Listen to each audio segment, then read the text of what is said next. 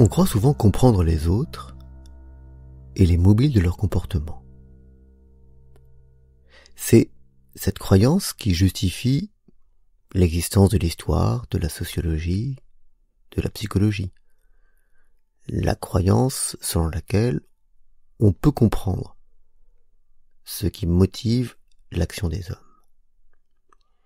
Cette croyance est en partie fondée.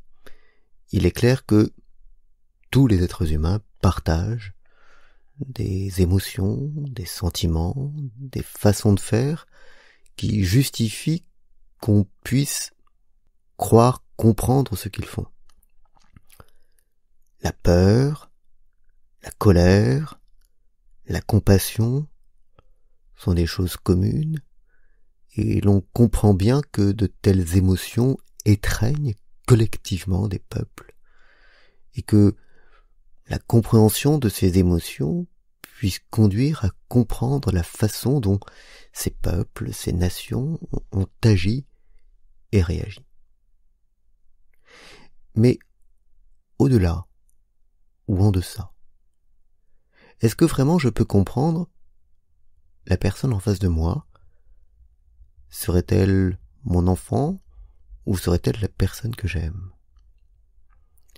Il est clair que je crois la comprendre. Je crois très souvent pouvoir me mettre à sa place, comme l'expression le dit. Et très souvent, la voyant agir, je pense comprendre les motivations qui l'ont guidée. Et c'est d'ailleurs à la base, à partir de cette croyance, que je m'adresse à elle et que je réagis moi-même à ce qu'elle a fait. Pensant savoir ce qui l'a guidée, pensant savoir les raisons qui l'ont conduite à agir comme elle a agi, je réagis moi-même en prenant pour base ce que je crois avoir été ses motivations. C'est extrêmement courant. Mais au bout du compte, est-ce vrai? Est-ce que vraiment j'ai compris ce qui l'a motivé? Est-ce que vraiment je suis à même de comprendre ses motivations, de comprendre sa sensibilité, de comprendre sa façon à elle de voir les choses?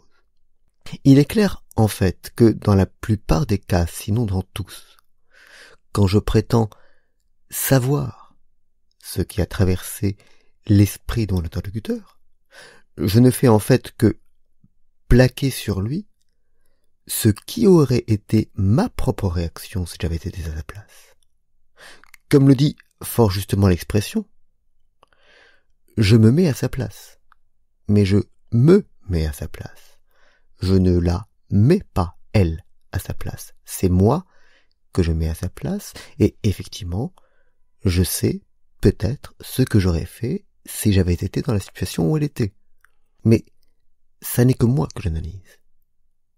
Or, la question fondamentale est, cette personne est-elle si identique à moi que je puisse inférer de ma façon de voir sa façon de voir?